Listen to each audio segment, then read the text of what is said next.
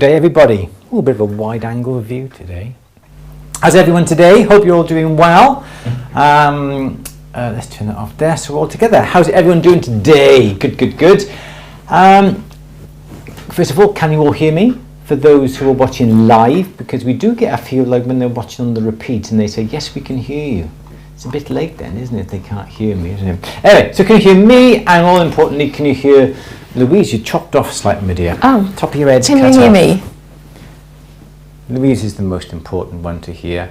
No, certainly not. There we go. You can see her. Woo! There we go. You're live. There we go. Good. Good, good, good. Everyone can hear. That's all good. That's what I like to hear. How's everyone doing? Apologies for no Q&A last week. It was my daughter's wedding last week. It was, wasn't it? It went very well, didn't it? I thought it went really, really well. I'm not happy with this camera. Let me turn it. There we go. That's a bit better, isn't it? It's just is. Yeah, so it was my daughter's wedding last week, and that went really, really well. Happy with that. Did a speech. That went well. Let me just move this down. There we go. Yeah, Louise looked gorgeous as ever. Oh, thank you. But you did, didn't you? You did look gorgeous. And that's about it, really. So apologies for no Q&A. Hope you've got all the questions lined up for us today. Yeah, so we had a Black Friday. There's still a little bit of time left on the store. What web address should we give out? atthebench.store. Did you guys have any Black Friday offers or do any promotions? Did anybody do any Black Friday promotions? Yes. And I'd like to know, how did they go? If you did, what did you do?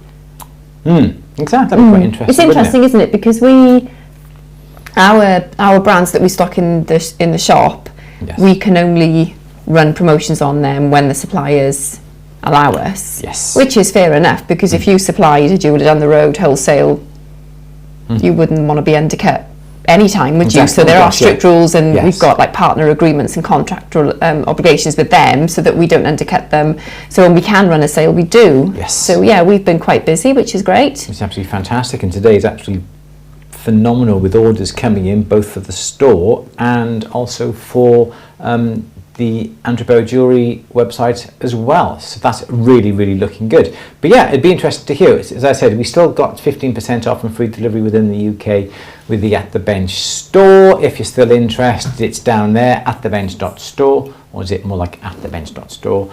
A few more hours left on that. Try and get through all the orders as fast as possible with that, in addition to doing the orders in the store. It is just one heck of a busy time, isn't it, Lou? It is, yeah. It's really good. Penny did Colour Friday, sold off pieces from my old collections, nearly everything went. Yay, that's amazing. Brilliant. Crazy did Colour Friday too, trying to divert the pounds from the corporate giants. Yeah, well, it's difficult, isn't it? Because we're a small retailer, but we stock big brands. But Yes. like I say, we can't. We're quite restricted, really, in what we don't have any freedom, really. No, not with the Because if brands. we're undercutting our suppliers, they come down quite hard on us, and rightly so. Yeah, absolutely. So yeah. So, and the thing is, as Louise was saying, when these big brands say, yes, you can have a sale, we've really got to do that, because if we don't do it, the guy down the road will do it, and they'll get all the business. So I think this was the post that you put up, wasn't it? Yeah, it was a bit long-winded, actually. It was the BJ site, yes. Yeah, there's been a bit of, not criticism, but Black Friday sales and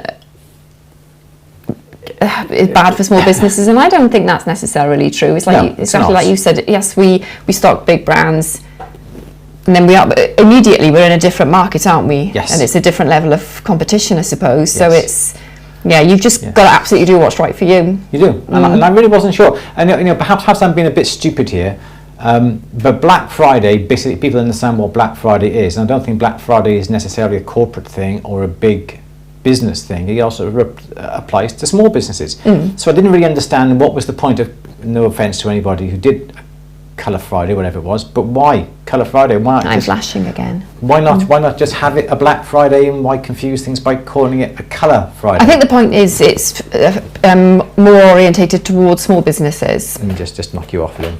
But I really like, we stock brands, and I really like not the freedom, because we don't get a lot of freedom, but the opportunity to supply my customers and the people that I really know well and care about with things that are going to be full price again tomorrow, and I get really excited when I can give them a big discount because it's, I mean, obviously I'd rather sell it full price, but then if everybody else is discounting it, then we kind of have to, otherwise we lose sales. Yes. So I suppose that's all part of economics, isn't it? And you've just got to go with it. That's the way we looked at it, wasn't it? Yes.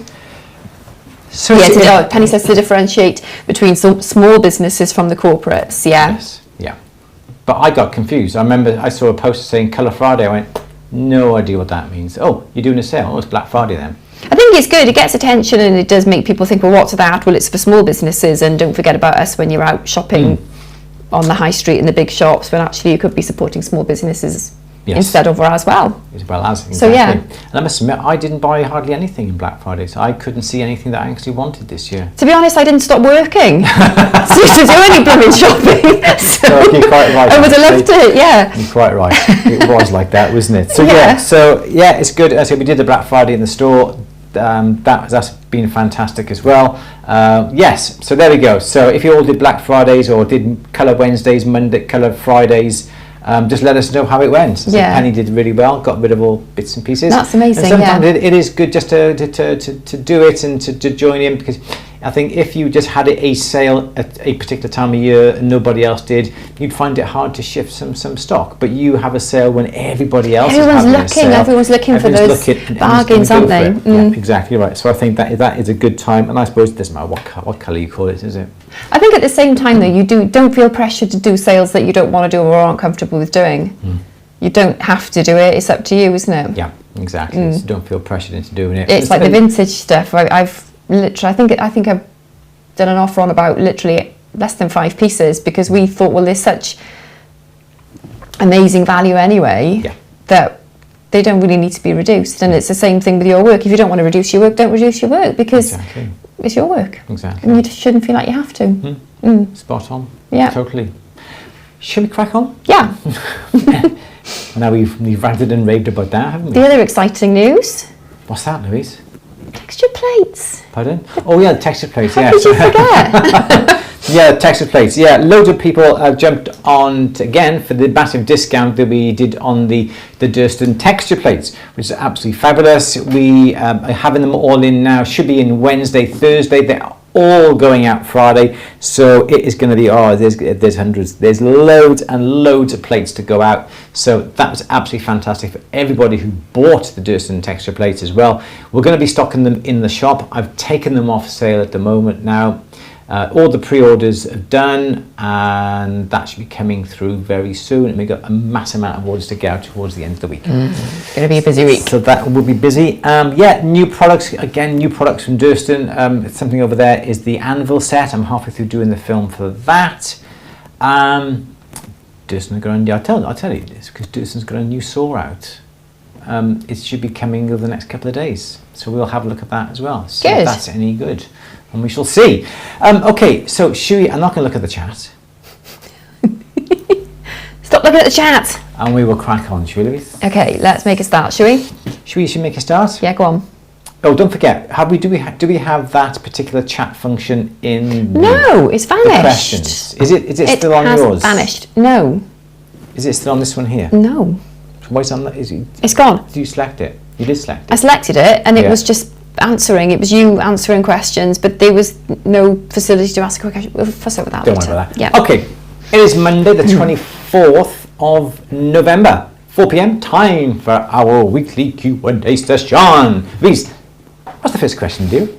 Okay, Sandra is a question for all. I bought an anvil set for my hammer handpiece. While filing the edges of the cylindrical anvil last night, I noticed a teensy prickle in the centre, which I can't seem to file it off. Is this normal? A prickle? A prickle. A prickle? What's a prickle? I think it's like a spike, maybe? You should be able to file the spike out. Like a prickly pear. Yeah. I don't know. There are various different shaped anvils that you can buy. The good thing with the anvils is that they are so long you can keep on filing. And I would just get a really rough file and just file it flat, and then go through the various grades, if you want to, of emery paper, and then just chamfer the corners a little bit. So, here's your anvil here, and there's your thread like that there. Okay. and then you just simply file it flat. You can go down, you have all this metal here, so you can come down whatever length you want. If you do have a little bit of a prickle that sticks up or a little bit of a dent that goes in, well, keep on filing, okay, so until you get nice and smooth, and then just round off the corners a little bit. Don't have this too highly polished though, because if it's too highly polished, as it's hitting, it's likely to slip. So have it slightly rough. So use your emery paper, perhaps your 600 grit, but leave it at that. Don't try and polish it, because if you do polish it, it's more likely to skid off the surface and damage the stone. Have it slightly rough, as I said, 600 grit. When it hits, it's not going to move off the bezel, so you're going to get a better contact. Take those edges off a little bit like that, so it doesn't mark the bezel. So in theory, you can keep filing it down. But any problems, just post a nice little close-up picture, and we'll certainly have a look, won't we? And there's a bit more.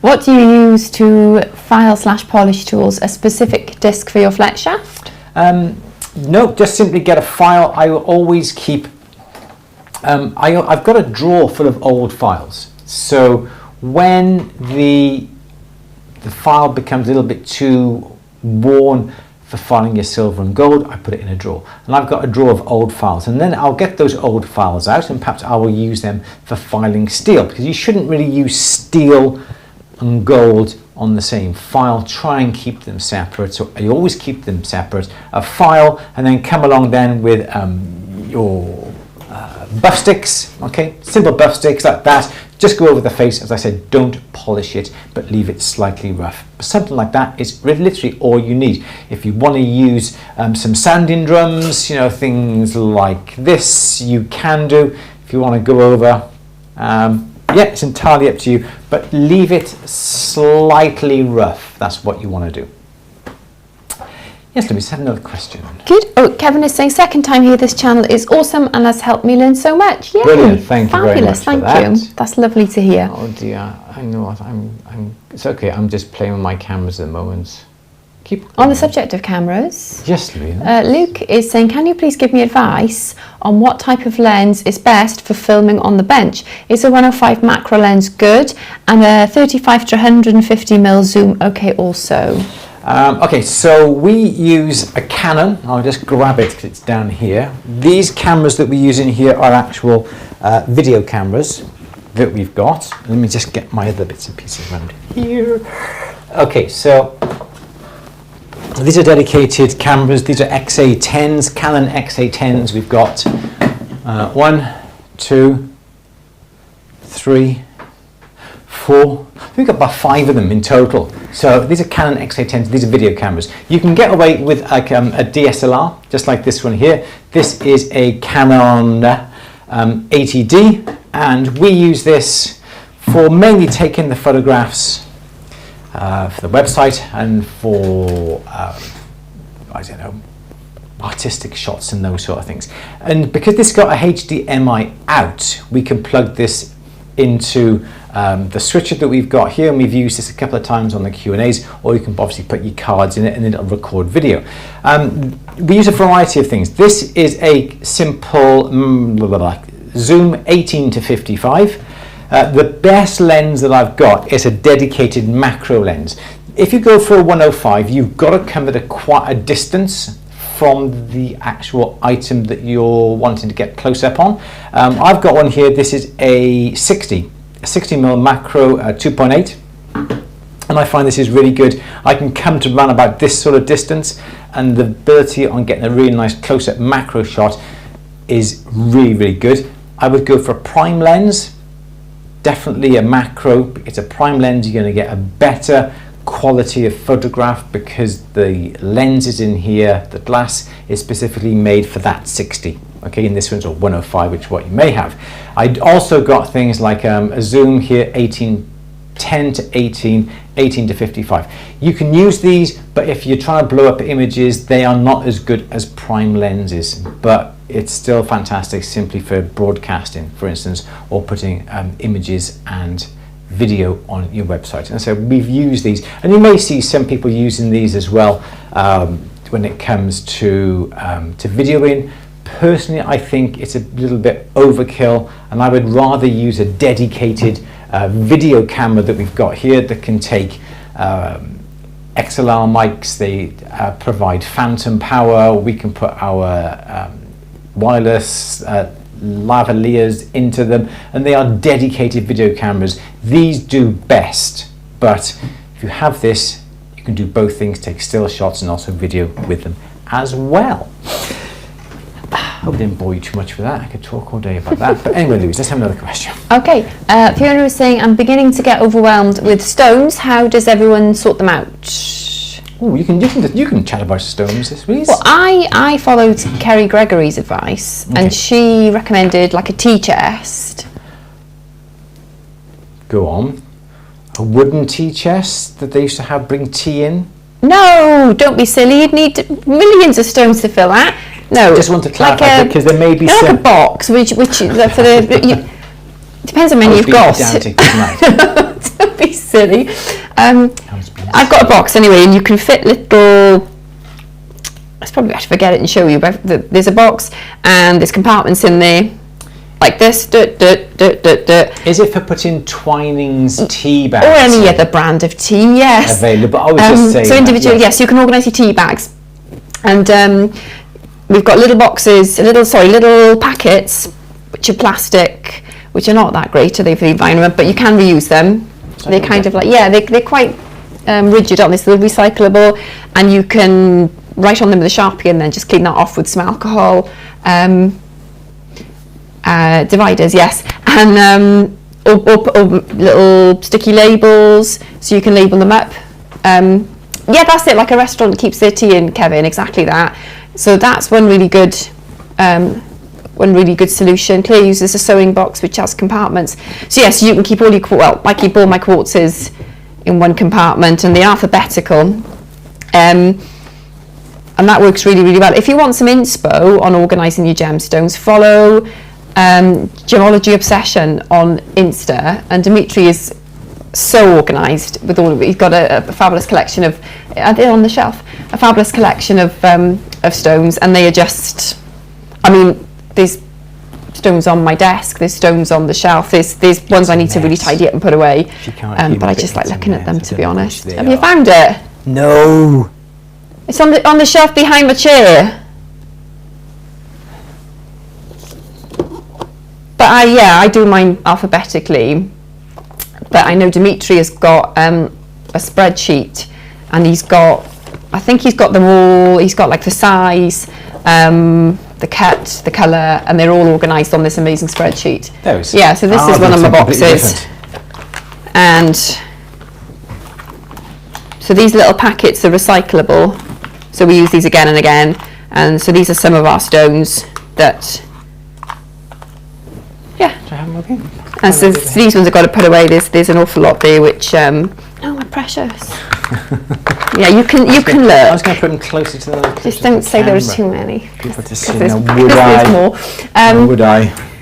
Because we have we do use parcel papers occasionally, and I've got parcel paper. It's more often to show a client some stones because it looks quite nice, doesn't it? And I do like the drama and the theatricalness of opening the paper, and I've got a special paperweight for holding open the parcel paper, and there's something quite exciting about. And obviously it's like a neutral background, unless it's blue, but it just I just like a parcel paper. And we don't try not to use them routinely because they look a bit scruffy. Well, you reuse them, which is great, but if I'm showing a nice stone to a client, I might get a nice fresh one out. Especially if you are showing like 4 or 5 diamonds to somebody and you present. Again, for me, it's all about the presentation. If you have a diamond and then you probably wouldn't show a client or a customer that box because they would go, ooh. But if you have a nice parcel paper, you unwrap it and you unfold it and you what's in that? It looks very impressive, doesn't it? I like the drama, yeah. And the nice thing is then you can write some information upon the parcel paper then regarding the carat, the weight, the colour and level, that sort of thing, and perhaps the little pricing codes no one knows, and then you've got the parcel papers then. It's funny because there's a glamorous side and there's an unglamorous side, and it's the same with when stock comes in and it's just in a crappy bag, isn't it? And you just think you'd never show that to your customer, would you? No. Because it just. No. But again, this is what we're on about. It's all about presentation. Completely off topic, but we obviously do repairs, and when we do a repair, we wrap every single repair in a lovely little tissue paper square. It looks fabulous. Unwrapping, nice. It's that exception of unwrapping something to show the customer. Again, I'm going to do a bit of thing. Don't forget, at the Bench store, we sell the tissue papers, we sell the parcel papers, we sell everything to do with that. We sell the parcel weights as well. The anti-tarnish really papers, aren't they? You could go one step further again and have like a branded tissue, couldn't you? Which would look really smart. Penny's saying the plastic wallets look good. Where from? I think they're from Amazon. Aren't they? Yeah. We do reuse if you can find them, we'll put them up on Amazon, I think. Yeah. Yeah. So Fiona, follow Dimitri, Gemology Obsession, and he's. Whenever I feel it's so lovely to look at his He's got more time than he knows what to do with that. He just loves it. He's mad for it, isn't he? He just loves all the stones. It's lovely. Absolutely. And Jill's saying only 3 more sleeps before you can open your advent calendar. Yes, it's here. I can't wait. I'm so excited. I'm assuming they're still available. Have we got the? I'll put the link up. I don't think we put it in the stream deck, did we? No, I'll find the link now and I'll put it in. Okay. So these, the Gemology Rocks Gemstone advent calendar. Yes. Yeah. 3 more sleeps and then we can start it. Fabulous. Lovely. Good. Let's have another question, shall we? Yeah. Okay. Good. Oh, Sandra has wooden craft drawer organisers. They come with divided sections which I lined with felt.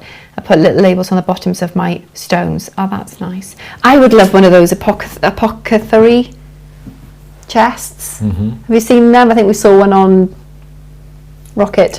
What do you mean? Yeah, and they had all loads and loads of little drawers, and I think they had like plants coming out of them and stuff like that. But yeah, that'd be nice in my office if I had a big office. Anyway, I digress now. You digress. I digress. Oh, Sandra said also seen people use binders with plastic page inserts that are divided for, say, hockey card collecting or business cards, and that's good. They also, people use that for storing things like wire as well. That's good. Okay, do you want to see some photos actually? Go on, yeah. What I'm looking for, some pickies. I'd like to see that. Right, so. What's the topic today, Louise? There's no topic actually. I think we've gone a little bit freestyle. I've got lots of lovely things to show you. Okay. So I've been chatting to David this week, David Payne. Where did I put the pictures? Q&A, here we are. And David's sent me a brilliant tip, which I'm going to share with you now. So this is David's pickle pot tip. I did show you this and you were super impressed. So yeah, David said, Andrew mentioned that he uses the Tommy Tippy baby bottle warmer. The pickle evaporates as there is no lid. At Christmas, all of the supermarkets sell these ceramic cheese pots that have lids with a turn down lip that funnels the condensate back into the pot, so stopping liquid loss. I have water in the warmer, so the pot sits in the water. Excellent idea. Yes, so the pot is vented in a vented cupboard. Yes, good. Yeah, how cool is that? And very good. The best part is you get to eat the cheese in the beginning before you put it in the pickle. You reuse the pot. Yeah, don't put cheese back in there, obviously. But yeah, no. once it's pickle pot and not cheese pot, it's a pickle pot forever. You can't use it for anything else. Exactly. Okay. Very good. I love Lovely. It. Thank you, Dave. I always like a baby bottle warmer for doing your pickle. Great. Cheese and pickle. Lovely. So David also sent me this fabulous picture of a spinner ring that he's made. If my text ever loads up. Yes, so following the last 2 workshops, David made this ring. How lush. Spinner ring. So I love this. It's got so much going on. It's got the texture, it's got the spinner, it's got the granulation. And I love it. Does that the centre is a double band as well, isn't it? Not a single band? Yeah. Very good. Yeah, there's lots of really gorgeous features there. Yes. Yeah. I love it. Very fabulous. Nice if the balls were gold. Well, bit of a, yeah. No, yes, it's gorgeous as it is. I should shut up. Sorry. No, beautiful. It is good. Very good indeed. Love it. Thank you, David. It's fabulous. Super. Very good. Right. So, I'm back on me, yep. You are. So we're also, I've been chatting to Phil. So this is what you've been working, you've been chatting. I've just been chatting, yeah. Yes. So Phil has done a craft show. Wow, nice. And has sent me this lovely picture of his stall at the craft show. Wow, look at that. Isn't that lovely? A lot of stock, isn't there? Yeah, fab. Excellent. But it's just great. It's so clear. I love that he's got the whole marking notice up, which is so important. Fine for that. Yeah, that's brilliant. Yeah, I love the. Is this chalk, like a chalk effect pen? That's really cool. Yeah. Can you enlarge it a bit? Blow it up for me to see. Oh, there we go. Oh, yeah, I love it. Well done. So, so it was Phil's first craft fair in 8 years. Wow. A steampunk themed craft show in Gloucester. Yeah. Very good. Love it. And did it Isn't do it well? Lovely? Did you on? Phil? How did it go?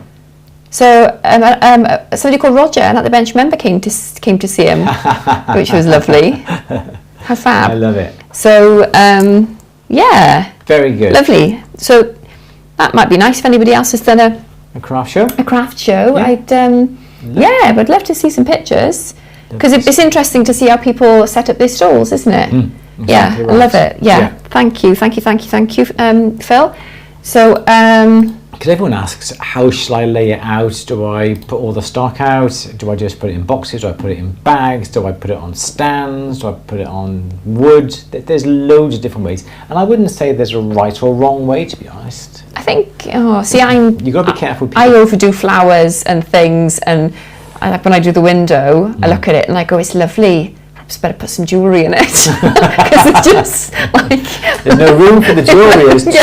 It's just like train sets and props and snowy mountains and snowflakes, and it's like we have a train set going around in our window, but that's something that you can obviously think about. Is something that is moving to get people's attention. But what's happening over there? And perhaps something's going on. That's the idea. We try and have some movement, don't we? Yes, and whether it like those snowflakes hanging down that move in the wind, something like that catches people's eye. Yeah, exactly what you're after. Yeah. Yeah, so it's interesting. Like, do you show? I think it's nice to show packaging, isn't it, so that people will see how it's going to be presented. Do you gift wrap? What do you? Because another thing that's also quite nice is to get small little monitor, small little sort of like television, and film yourself making something, whether it be a video or just stills, slides, and have a bit of a slideshow showing how things are made, how things are rolled out. Add a bit of fire into it, something like that. Again, a moving screen with a video showing you making things. The fire, the rolling out, the polishing, just gives people that indication that the pieces are handmade, made by yourself in your workshop. These are the tools. It's all done by hand, like the state of my fingers, that sort of thing. And have something like a moving video that you can easily put together with things like iMovie these days. Yeah. So good, so good. Gets people's attention, yeah. It does.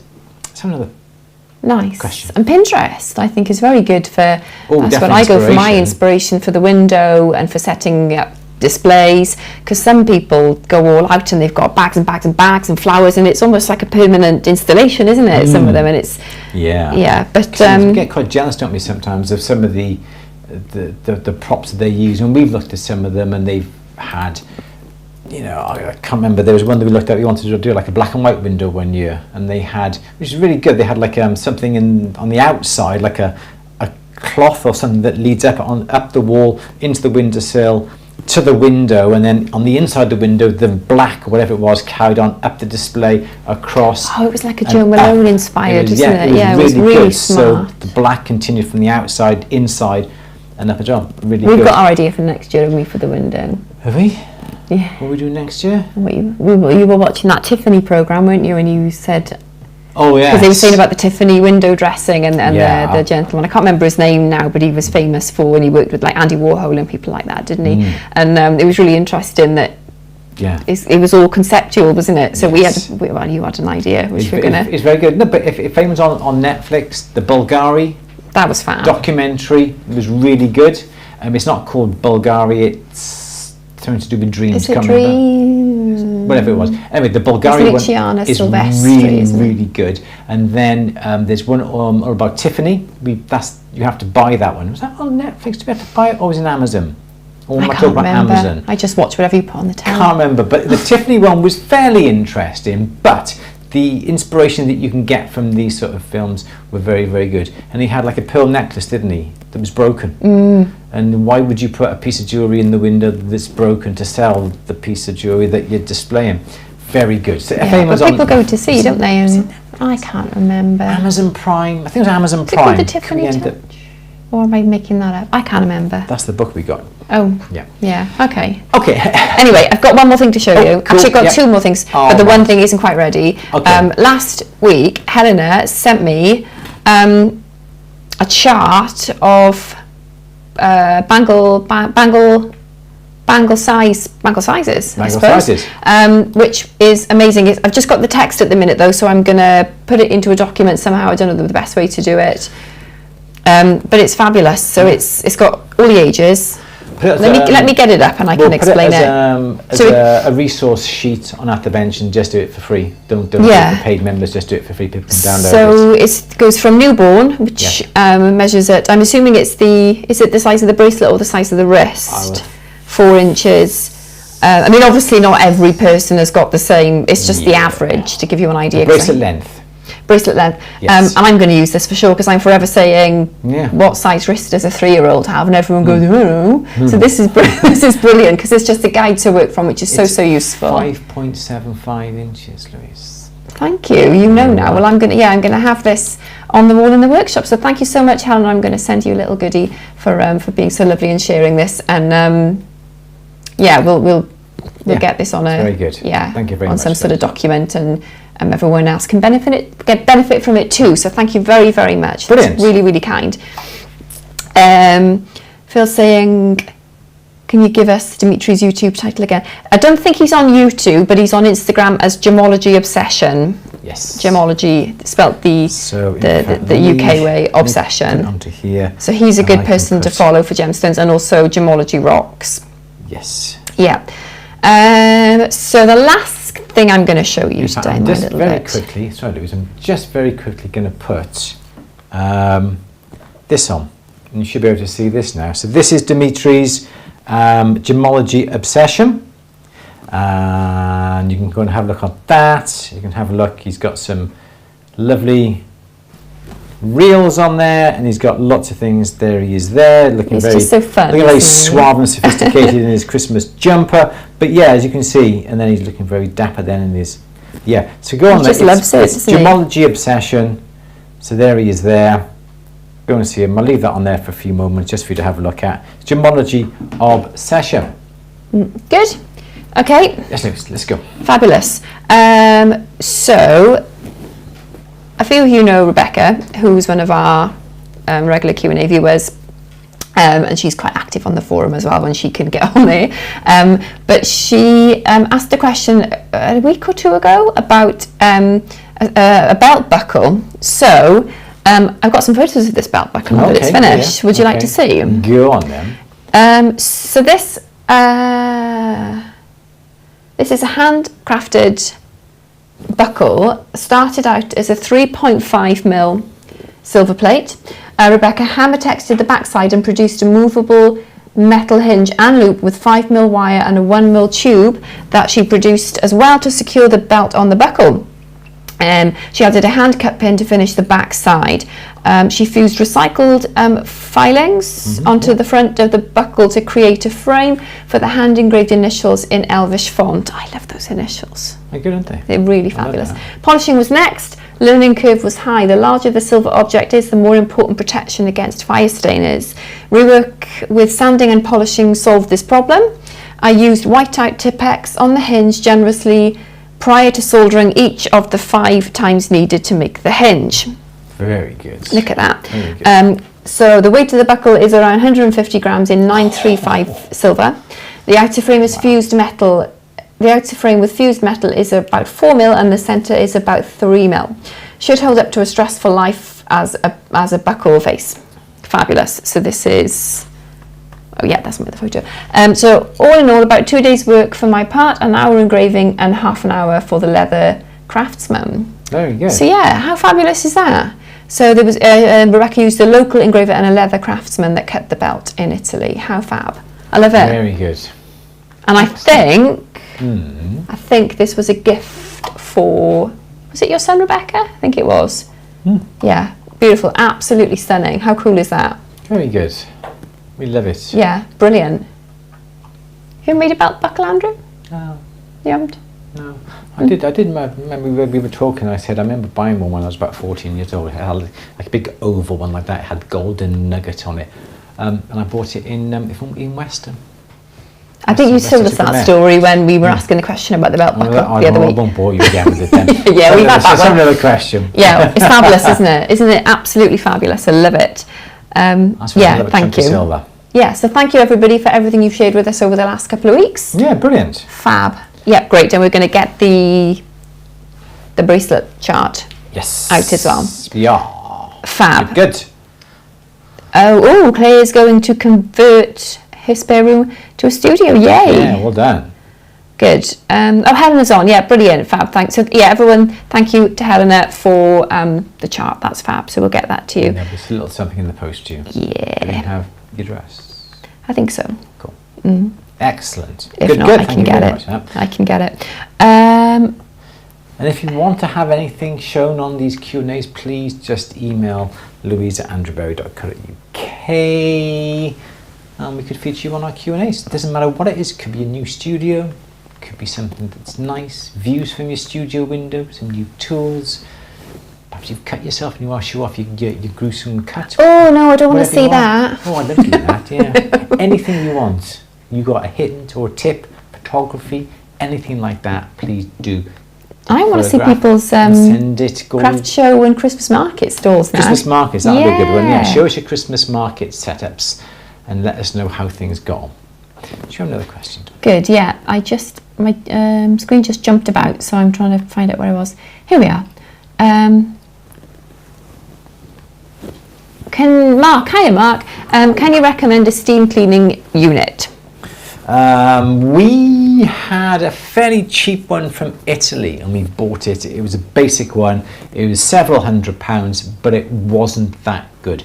I must admit, the only steam cleaner that I would recommend is, what's their names? They're from Belgium. We got downstairs. It's the red one. What's it called, Liam? I can't remember. Don't go in there. HS Walsh stock. Whenever you go to a trade show, they are always, the two boys are always on HS Walsh's stand. And then when we went to Basel, they had a stand of their own, obviously. But I can't remember. It's red. It was about. It's red.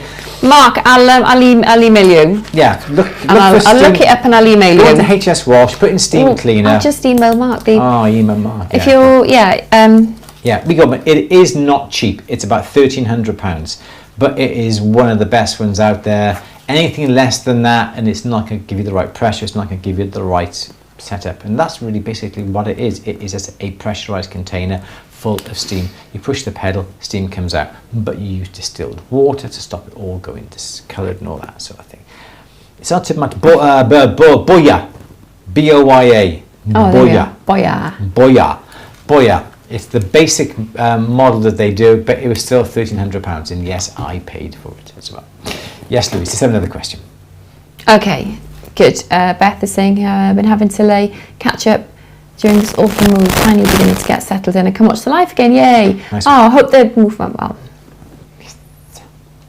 Okay, what's everyone else doing? Let's see. Phil did an amazing craft market in... Oh, Siren says, so that's the one you were telling me about, yeah. Yeah, we would have liked to have come down, but we just... Not a chance. Claire's asking, when does the new website and the forum go live? It is coming along, still a few little tweaks. I've got to add quite a bit of content because now it's completely changed. It's easier to navigate, less click. It's all going to be on one amazing homepage. It's going to have everything that you need on it. It's going to have all your favorites, all your films that you've watched. It's going to have what a lot of people have asked for is a learning path. So So that'll take you through everything from the beginning right up to casting and setting, a learning path across that way, suggested films to watch. It's going to have all your gallery. It's going to have the areas that you can put your projects into, and also an area that you can contact me directly, straight to the forum, straight to tickets if you need to open a ticket. It's going to have everything. It needs a lot of input from us and inputting the information, and then it's a matter of having to transfer over the thousands and thousands of members and all the right details that correspond with the correct membership. So it's not something that is going to happen this side of Christmas. Because can you imagine December? We are so busy in December. We need time off to have to go through all this. Okay. And I'm still trying to populate it with all the information and the learning. I would like to try and get it done, but if something goes wrong, something doesn't get transferred across, it's going to be too much. Okay. Personally, we need to have time that if something needs to be addressed, we know that we've got time. Okay. And December, you know what it's been like today, and it's not even December yet, it's been manic. So I don't think we need to put the stress upon us, to be honest. But it'll give us time to do it really, really well. Yeah. And perhaps we could have a few people that we can give them special access to the test site. Mm. I'm just putting that out there. So that'd be quite good to have, wouldn't it? Good. Excellent. Let's have another question, Lou. Sorry, I've jumped in on that. That's okay. No. Mike is saying, would you spend $600 for an 8-inch high-tech flat lapidary machine, or wait a bit and spend $1,400 on a 6-inch Cab King lapidary machine? Lots of workspace in my basement. The Cab Kings are nice. Have you seen them? I haven't. Well, are we allowed to say? It's in that book, Louise. It's in that book that you bought. I haven't finished reading it. It's in the beginning. You've obviously got further along than I have. Don't make it competitive now, Andrew. It's supposed to be a relaxing hobby. Cab Kings are really good, and I don't think there is any substitute for buying specific. I'm saying this, if you want to do cabs and nothing but cabs, you need to buy a specific cab machine that has all the grids and all the things available, don't you? What we've got is great for what it does, but it does lots of things. I'm blown away by how much you can do with the dual tool. So what have we got? I'm so excited about it. So what have we got? We've got the dual tool. We've got a dual tool, yes. Yeah. Yes. So had a little try. Yes. But just again, we're trying to find time to have a play. Yeah, that's the thing, isn't it? Yes. Yeah. So I did have a little go at it, a bit of amber, didn't I? Which, yeah. Yeah, so that's what we got, and we're going to have a bit of a play around with that because Louise wants to cut some shapes. We got lots of stones. We bought a load of big box of rough stone, loads of different bits and pieces. So we really want to have a play and go through all that and the various grids. So yeah, it's a dual tool, and we're going to have a play with that. And perhaps we'll do a Q&A, and we're going to try and sort something. Yeah, hopefully get some exciting. Yeah.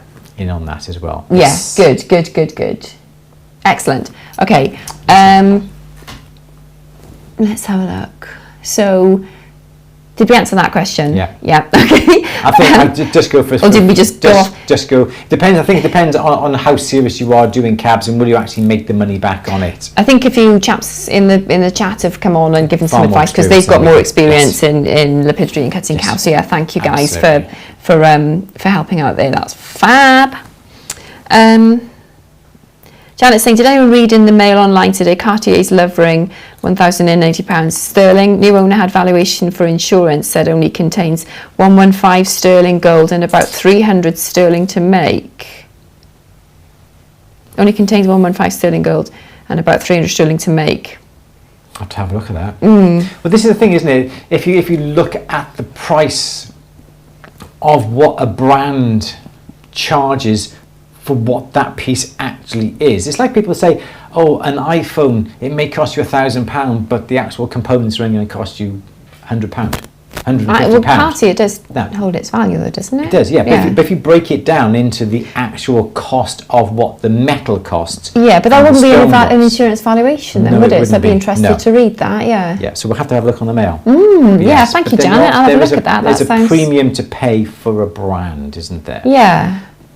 this sounds quite nice for a little bit of a podcast after Christmas, talking about the Cartier Bangle. Not just us. Oh God, don't get me started on that. That's a story and a half, isn't it? And we can tell that story. It's a long story. We got loads of ideas for these podcasts. We saw this Bangle. Anyway, we're not going to say anything. Yes. Right. Anyway, let's have another question, please, Louise. We won't spoil the ideas of what we got. Yeah. Okay. Let's see. Phil was asked, I just jumped ahead. Phil was asking, he's got himself a Benchmate Encore system. What's the next thing to buy? I will quickly if I can very quickly show you something to buy. I think it is really, really good, but can I find it? There's lots of things, very, very quickly on my shelf. I can't quite find out, but this is something that is very, very good. It fits into the Benchmate Encore system, as you can see, and it has a square block up on the top. This is brilliant because you can put some GRS onto this. If you can replace the block, it's got simple little screws underneath. It is relatively inexpensive, and with that you can perhaps drill some pins into it. What I was trying to find is oh my gosh, there's so much that you can buy for it. I just got, oh, I can't find it, Louise. Anyway, you can buy I can't find it. Okay, so again, lots of things you can buy. If you want to do very quickly things like wax carving, this is a little wax carving table that your number 30 handpiece would fit in here. This actually fits into the GRS system, and you can do some milling of waxes. There's so many little bits and pieces that you can use for this. I was trying to find that little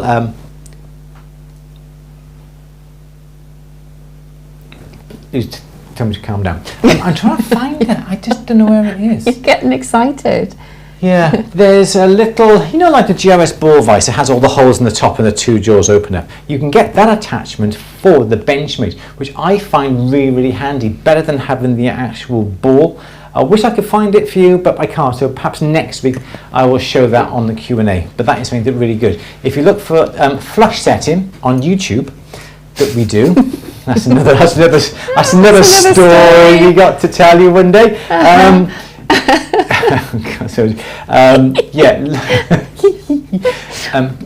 Obviously on YouTube. When you finish this, look for Andrew Berry explains all about flush setting. Okay, that little GRS vise that fits into your Benchmate, brilliant. It's a couple of £100, but I would definitely recommend that over a ball vise.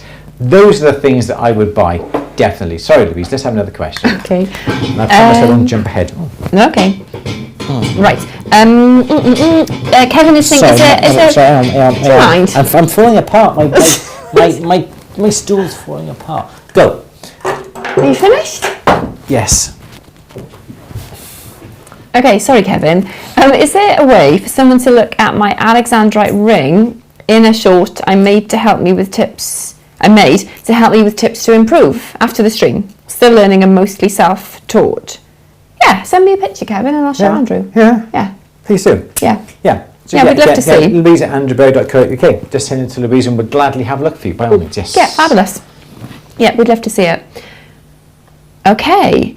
Fiona's saying, unfortunately, I made a mess of a bezel and stone set. How do I get under the top of the bezel to get the stone out without damaging the stone? There's not much you can really do if it's a closed back setting to try and get the stone out without really damaging the bezel. The only way to do it is to drill a very, very small, perhaps a 1mm hole in the bottom of the setting. Perhaps don't put it directly in the middle, but perhaps just push it offset. So say you've got there we go. So say you've got say the back of a bezel and it's oval. Don't put a hole right in the middle. Put the hole to one side here, so when you push out the stone, you can push it out at this edge, which is going to cause the least resistance. Put it in the middle, try and push it out, and then the stone is obviously going to try and have pressure all the way around it. Ease it back. I find an old scalpel is one of the best things to get in between the bezel and the stone. Don't have a new scalpel because they're too sharp. An old scalpel, wear gloves, wear eye protection to get down to ease the bezel back. If a stone will come out, 1mm hole and just push out the stone. No one's going to mind. Has an assay mark. Pardon? Has an assay mark. that wouldn't matter, would it? No? Depends where it is, I suppose, doesn't it? Yeah, I suppose so, yes. But I think that would be the best way. This is the thing, isn't it? If an item is already being assayed, it's been assayed with the metal that's on it.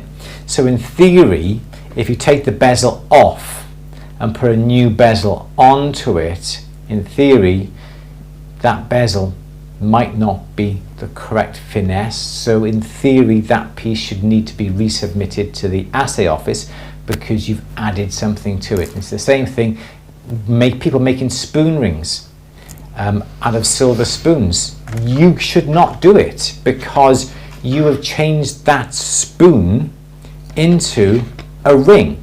So that spoon legally is being assayed as a spoon. If you've turned that round into a ring, you in theory have to resubmit that to the assay office, because we had some napkin blanks that were hallmarked and we turned them into boxes. If you resold that on, you're selling it as a box, but it was a napkin ring and it's hallmarked. You've changed its purpose. It has to be resubmitted back to the assay office if you're in the UK, obviously. So I'm not quite sure why there would be a problem, because if you're going to try and keep the bezel, in theory, you need to resubmit it, in theory. Let's have another question then. Okie dokie. Penny is saying, I have a piece of gold 1.2 mil depth, 15 mil by 15 mil. I want a longer piece from it, 0.8 thick. How much longer might it roll to? Or should I melt it into an ingot? I don't want to. No. So, 1.2, is it? 1.2 mil depth, 15 by 15 mil. To take it down to what? 0.8. Okay, so there is an equation to work this out. I thought there might be. I don't know what that equation is, to be honest. I can't remember. But if you think about this, okay, you've got 1.2 millimeters. If you take this down to 0.6 millimeters, okay, so which is basically half, this piece is going to, not really, but virtually, double in length, isn't it? If you think about it.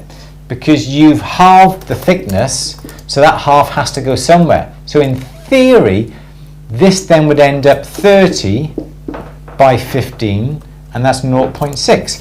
Obviously, if you're putting it through the rolling mill, keep putting it in the same direction. Don't turn it 90 degrees. So that piece, if you want to take it down to 0.6, it won't be quite 30, because don't forget, it will spread a little bit wider as well. So perhaps it may end up 28 millimeters by about 16 by 0.6. So if you want to take it down to 0.8, you can work this out. So if it's 0.4, isn't it? So 0.4, so that would be 2. 0.4 into that would be 4, which would be 3.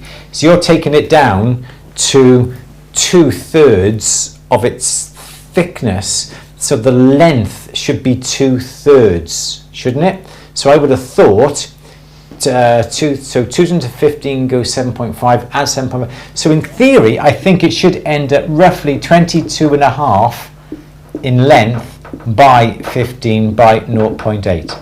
That's what I think it would end up as. So don't melt it, no need, just roll it. And if you want to make it more of a square, put it through in one direction, then turn it 90 degrees and put it through and again, so it evenly gets spread all the way along. And if that is the case, if that was a 0.6 millimeters and you want to do it square, after that, yeah, you know what I mean. There is an equation, but I can't remember what it is. But that's as good as what you can get. So I think 0.8, it's 2/3, so the length will be 15, 22.5 by 15 by 8. But don't forget, it'll spread slightly, but that's as near as good. Yes, Louise, should we have another last question? Should we put time now? Yeah. 5 It is o'clock? 5 o'clock. It is. Where does this hour go? We talk too much. Well, right, Janet is saying, when closing large hoop earring, would you solder hoop ends and solder on jump ring for ear wire linked into? Bend ends to interlink into loop. This customer wants 3 small cutouts soldered around the circle. Ooh, I would always, when it comes to earrings, definitely do some soldering. What personally I don't like to see, personally, is, oh, it's a green one, is really no thought gone into how the appearance looks. So if you, for instance, have a disc, and this is a solid disc, what I would never do is solder on a whole, say, jumping. And I'm not really sure exactly what you mean, but I would never solder on a whole jumping on top or a whole jumping on top. I just think it looks really, really ugly. Personally, what I would be inclined to do, if you are joining discs, I think that's what you mean. If you're joining discs and you've got another disc up here that's solid, I would always get a jump ring, literally cut it in half and solder half on the one, half on the other. They don't stick out as much, then you can interlock that with a jump ring to go through and you can solder. And likewise down here, it's a half a jump ring on something bigger, and then you can put your link through it. That is what I would rather see, little jump rings rather than a solid piece and then a jump ring and then another jump ring. I just think they look really, really ugly and unnecessary. So try and look for something that is more in keeping. Little jump rings, it doesn't distract from the main features with what you're doing. I'm not quite sure really exactly what you mean by the description, because my brain isn't working. And then if you want to join that onto an ear wire, half a jump ring again, and then the ear wire then would go off the top of that. I think, Louise, is that right? Do you think? Does that help, Janet? I don't know. Is that what you're after? If not, email me. Yeah, email Louise. And yeah. I'll get the right answer. Let's have one more. Let's have one more. I didn't have another one ready. Come on. Oh. Come on. You know me. I say it's the last one, but it never is. They're saying about my amp and calendar, I thought they were going to melt on the radiator, then remembered it's gemstones, not chocolate. Yes. Yeah. No, joining the wire on the hoop. There are hoops, not discs. If they are hoops, if there are hoops, I would still put a little link on the top. Is that what you mean? I don't mean, or do you mean if you got a hoop here, you join these with the jump rings? I'm not really sure on what you mean. But please, just message Louise and we'll have a better indication. But I would always solder anything like this. They are hoops, not discs. Yeah. Yeah. Any interlinking links, I would always solder them. Never leave these links open. Janet, WhatsApp me a picture of a little doodle or something, and yeah. Send Louise a doodle. Send me a doodle. Please. Good. One last question. One last. I've got two actually. Dylan is saying, would using 800 sterling be better for making Mokume Gane stock or using 925? Does thickness matter when binding? The best thing I think a lot of people do is use fine silver and fuse it, because there's less chance of any fire scale or any sort of impurities. If you're making it with copper, you can't really fuse it. You usually have to solder the layers together. I don't think it matters too much. I know you're not in the UK, so 800 silver would be fine. It's a mixed metal then, isn't it? It's copper and silver. So I would have thought you should have no problems with that at all, definitely. Good. Yes, Lou. Was that one last question you said? Yeah, Maximilian is saying, sorry, my English is not good. I think your English is very good. What is your favourite piece? Of? Jewellery to make, I guess. A piece of cake, Andrew. What do you think? Oh, what are we here for? Do you know? I don't know. At the moment, I'm getting a kick out of doing some sort of CAD cams and seeing things up on the screen and seeing how they look on the screen and then sending the STL file to a caster's. I know it's completely taken away the whole craftsmanship, but I like to see that piece come back that you've actually created from nothing. Something, isn't it, as well? I suppose it's the challenge that you like. Yeah, it's the learning as well, isn't it? You just like a challenge. You like not knowing how to do something and then finding out how to do it and doing it. Yes. You like that process rather than any particular one thing. I think I don't know. Yeah, I think it is the process rather than an item. I still get a kick at the most simplest, basic, plain ring, a wedding band. And I think it comes to something because I made up the rings for Greater Matt's and your daughter. Yeah. My for daughter, anybody who doesn't know, my daughter and her husband. And we've made, and I've made loads and loads of wedding rings over the years. The rings that are the most special, the ones that Louise made for me, that I'm wearing now, and the one that I've made for Louise that she's wearing. But it's also a privilege to make up my daughters as well, and that really touched me. I actually thought about this and what I was doing, and that really made me. And I don't think there can be anything better than just a simple plain band. Whether you make it, whichever way you make it, whether you fuse it, whether you solder it, I think there is no better ring to see than that. Just something very, very simple, putting everything into it to make it perfect. Yeah.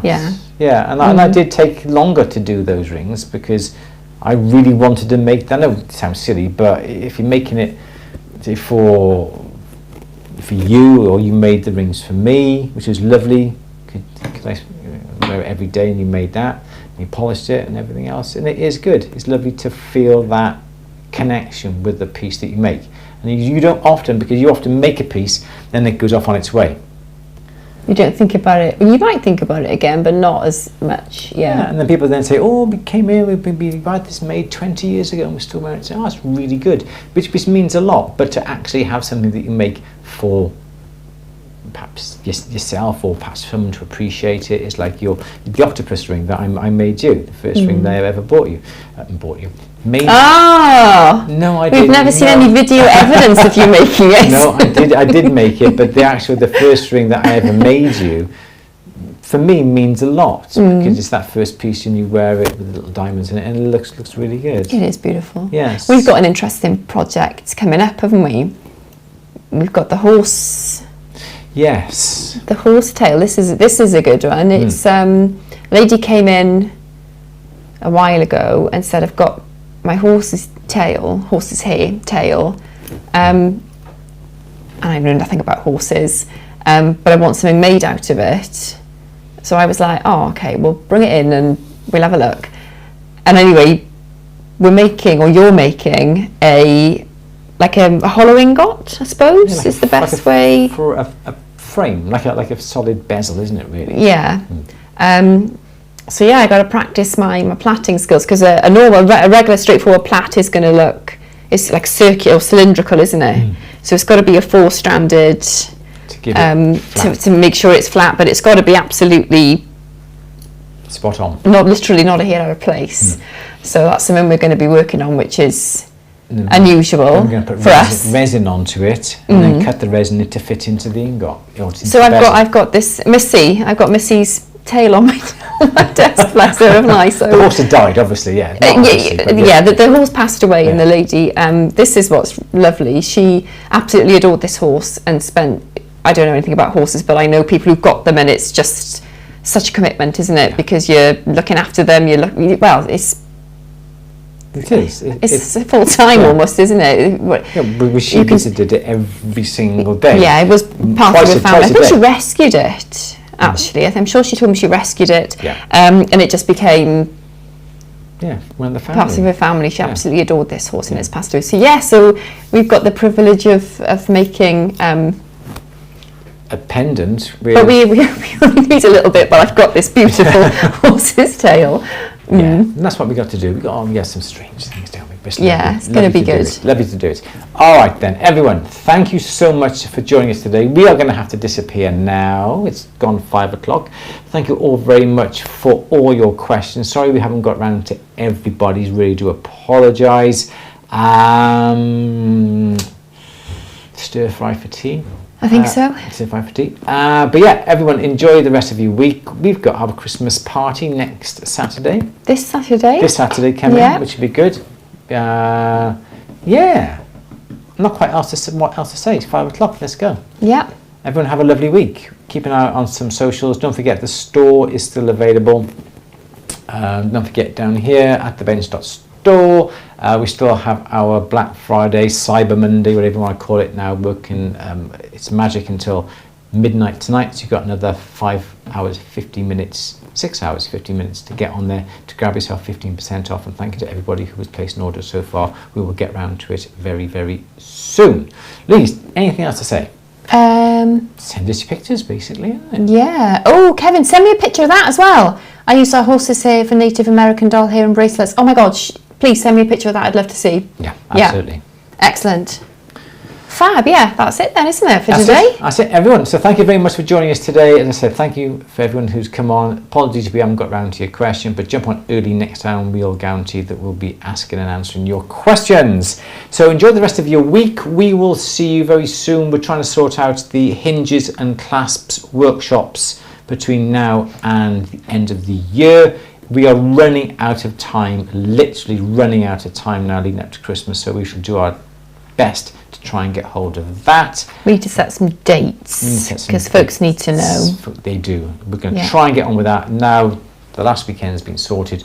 It's all nose to the grindstone. Hands on deck. That's it. Whatever else you want to say. So everyone enjoy the rest of your week. Keep an eye on loads of social media posts coming up to us, out from us over the following week. And everyone, we will see you next Monday for our Q&A. So it's goodbye from me and it's goodbye from Louise. Goodbye. Everyone take care. We will see you. It worked that time. We will see you next week. Bye-bye.